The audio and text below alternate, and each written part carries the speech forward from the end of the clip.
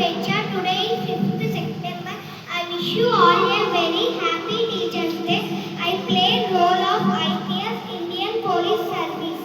మేడారం జాతరలో గిరిజన నృత్యంలో వైరల్ అయిన నేను వసుంధర యాదవ్.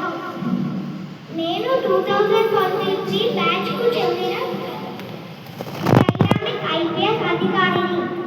ఉత్తరప్రదేశ్ రాష్ట్రానికి చెందిన నేను ప్రస్తుతం తెలంగాణలో విధులు నిర్వహిస్తూ ఇటీవల ఖమ్మం జిల్లా కల్లూరు ఏసీపీగా బాధ్యతలు స్వీకరించాను.